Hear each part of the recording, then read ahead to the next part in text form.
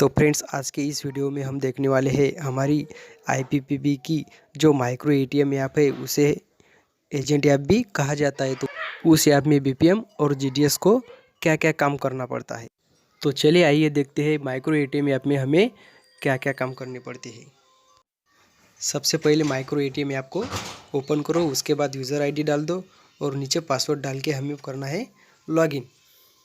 Login के बाद हमें यहाँ पे I agree with term and condition पे क्लिक करना होता है। उसके बाद हम सबसे पहले देखते हैं ओपन न्यू अकाउंट। इस ऐप में हमें क्या क्या काम करना पड़ता है वो हम सब शॉर्ट में देखेंगे। तो सबसे पहले हम क्लिक करते हैं न्यू अकाउंट पे। उसके बाद हमें कंटिन्यू पे क्लिक करना है। उसके बाद I agree to receive debit in IBB account, इस पर क्लिक करना है। यहाँ पे हमें मोबाइल नंबर डालना है, पैन डालना है और कंटिन्यू करना है। इसके बाद की प्रोसीजर आपको मालूम है। इसके बाद मैं आपको बताऊंगा हमने यहाँ पे जितने भी कैश ट्रांजैक्शन किए हैं, फंडिंग के ट्रांजैक्शन किए हैं, वो हम कहाँ देख सकते हैं। सबसे पहले हमें ऊपर जो 3 लाइन दिख रही है उस पर क्लिक करना है। यहाँ पे ट्रांजैक्शन हिस्ट्री पे हमें क्लिक करना है।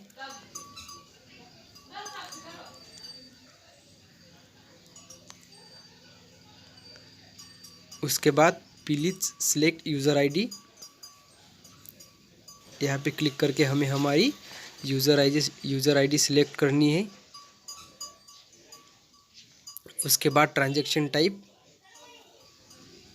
यहाँ पे हमारा ट्रांजैक्शन क्या है हमें उस पर सिलेक्ट करना है। मैं अकाउंट ओपन पे क्लिक करूँगा।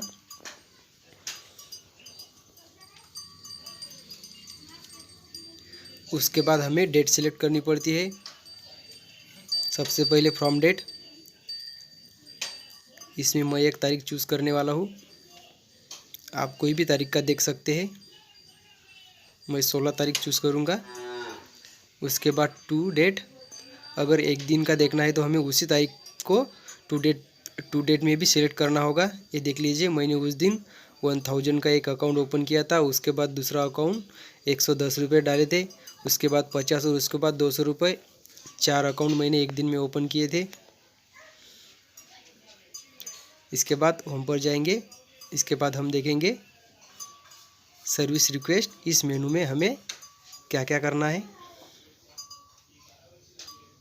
सर्विस रिक्वेस्ट, यहाँ पे हम क्यूआर कार्ड स्कैन कर सकते हैं, आधार कार्ड, मोबाइल नंबर जो है वो डाल सकते हैं। मोबाइल नंबर डालने के बाद हमें करना है सबमिट। उसके बाद 1 टाइम पासवर्ड, फिंगरप्रिंट का ऑप्शन अभी बंद किया हुआ है। उसके बाद आई कन्फर्म।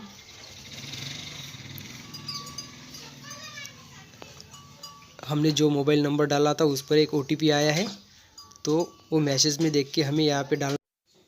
जो इम्पोर्टेंट है वही हम देखेंगे। सबसे पहले देखेंगे अकाउंट सर्विस। यहाँ पे हम क्लिक करके अपडेट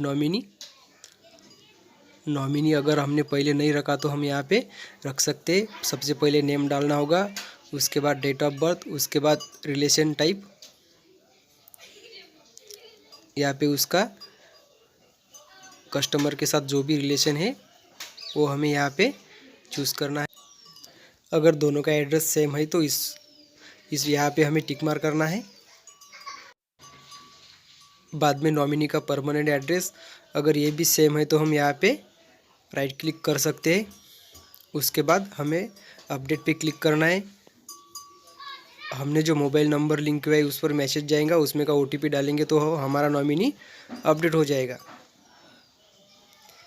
इसके बाद हम देखेंगे अपडेट पैन। यहाँ पे क्लिक करने के बाद हमें यहाँ पे जो कस्टमर है उसका पैन कार्ड का नंबर डालना है। वहाँ पे भी सेम प्रोसीजर है। यहाँ पे आधार सीडिंग, अगर आपको आधार पर मिलने वाली डेबिट किसी बैंक में अकाउंट के खाते में जमा हो रही है, एग्जिटिंग इन में यहाँ पे हमें उस बैंक को चूज़ करना पड़ता है। कोई भी बैंक में जमा हो रही तो यहाँ पे वो बैंक का नाम देख के उस पर क्लिक कर दो। बाद में यहाँ पे कंफर्म करने के बाद हमारा जो मोबाइल नंबर है उस पर एक मैसेज आएगा, उसमें ओटीपी है। वो सेम प्रोसीजर हमें सभी इसमें करनी पड़ती है। इसके बाद अपडेट एड्रेस, अगर कस्टमर ने एड्रेस चेंज किया है तो हम यहाँ पे एड्रेस चेंज कर सकते हैं। पिन कोड डाल के हमें करना है अपडेट। वही सेम प्रोसीजर इसमें भी है। हमारे नंबर पे OTP कोई भी काम करे तो आता ही है, जो कस्टमर का नंबर है उस पर। यहाँ पे हम मोबाइल नंबर और ईमेल आईडी भी चेंज कर सकते हैं। अकाउंट सर्विस का जो ऑप्शन है उसी ऑप्शन में हमें करना है। इसके बाद मैनेज POSB अकाउंट, यहाँ पे हम हमारा POSB का अकाउंट लिंक कर सकते हैं। सबसे पहले हमें यहाँ POSB का कीप नंबर डालना है, उसके बाद 2 बार अकाउंट नंबर, उसके बाद लिंक पे क्लिक करना है। उसके बाद री इशू QR कार्ड, इस पर क्लिक करके हम पहले QR कार्ड का नंबर यहाँ एंटर करना है। उसके बाद रीज़न में लिखना है, अगर फर्स्ट टाइम इशू है तो यहाँ पे दिखाना है first time issue QR card. उसके बाद यहाँ पे अपडेट करने के बाद जो कस्टमर का मोबाइल नंबर है उस पर एक मैसेज आएगा, उसमें का OTP डालने के बाद हम उसे QR कार्ड दे सकते हैं। अपडेट स्टेटमेंट, और इस ऑप्शन में हमें ईमेल पे नहीं तो बाय पोस्ट से भी हम स्टेटमेंट बुला सकते हैं। इसके बाद अकाउंट सर्विस में 2 नंबर का ऑप्शन है, MMI मोबाइल मनी ट्रांसफ़र। इसमें MMI की ID देख सकते हैं। इसके बाद हम देखेंगे बैलेंस इंक्वायरी के इस मेनू को कैसे यूज़ करना है। सबसे पहले मोबाइल नंबर,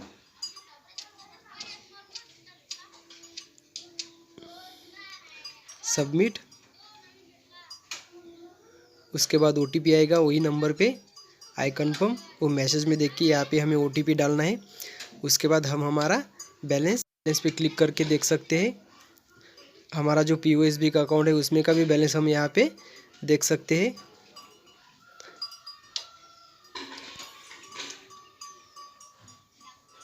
इसके बाद हम देखेंगे पे बिल्स और सेंड मनी के इस ऑप्शन को, हमें उस पर क्लिक करना है। पहले मोबाइल नंबर, आधार नंबर, नहीं तो अकाउंट नंबर भी डाल सकते हैं, QR कार्ड भी स्कैन कर सकते हैं। यहाँ पे हमें सेम प्रोसीजर करनी है। उसके बाद पहला ऑप्शन है पे बिल्स, इसमें हम सबसे पहले देखेंगे मोबाइल के रिचार्ज को। यहाँ पे हमें ऑपरेटर ID सिलेक्ट करनी है, कोई भी कंपनी हो। यहाँ पे हमें मोबाइल नंबर डालना है, उसके नीचे जितना रिचार्ज मारना है उतनी अमाउंट डालनी है, और सिलेक्ट अकाउंट नंबर पे क्लिक करके हमें हमारा अकाउंट नंबर सिलेक्ट करना है। उसके बाद इलेक्ट्रिसिटी बिल देखेंगे, यहाँ पे हमें इलेक्ट्रिसिटी पहले सिलेक्ट किया हुआ है। उसके बाद बिलर लोकेशन में हम हमारे स्टेट का नाम डाल सकते हैं। उसके बाद सिलेक्ट बिलर में MSDCL, उसके बाद सबमिट। यहाँ पे हमें कंज्यूमर नंबर डालना है जो 12 अंक वाला रहता है। उसके बाद बिलिंग यूनिट हमारे वो बिल पर रहता है। यहाँ पे प्रोसेसिंग साइकिल 3, यहाँ पे अकाउंट नंबर चूज़ करना है। हम जैसे ही सबमिट करेंगे हमारा बिल कितना है हमें यहाँ पे दिख जाएगा, वो अमाउंट हम ऑटोमेटिक आ जाएगी, हमको और डालने की ज़रूरत नहीं। उसके बाद सबमिट करना है। उसके बाद मैसेज आएगा OTP, सेम प्रोसीजर है। उसके बाद हम देखेंगे DTH का रिचार्ज। पहले हमें ऑपरेटर सिलेक्ट करना है, डिश TV, टाटा स्काई, जो भी है आप सिलेक्ट कर सकते हैं। यहाँ पे सब्सक्राइबर ID, यहाँ पे नीचे अमाउंट डाल सकते हैं। अमाउंट डालने के बाद हमें अकाउंट नंबर चूज़ करना है। उसके बाद करना है सबमिट। हम जैसे ही सबमिट करेंगे वही सेम प्रोसीजर है OTP की, जिसका अकाउंट नंबर है उसी के मोबाइल पे OTP का मैसेज जाएगा। इसके बाद हम देखते हैं पे बिल्स में सेंड मनी।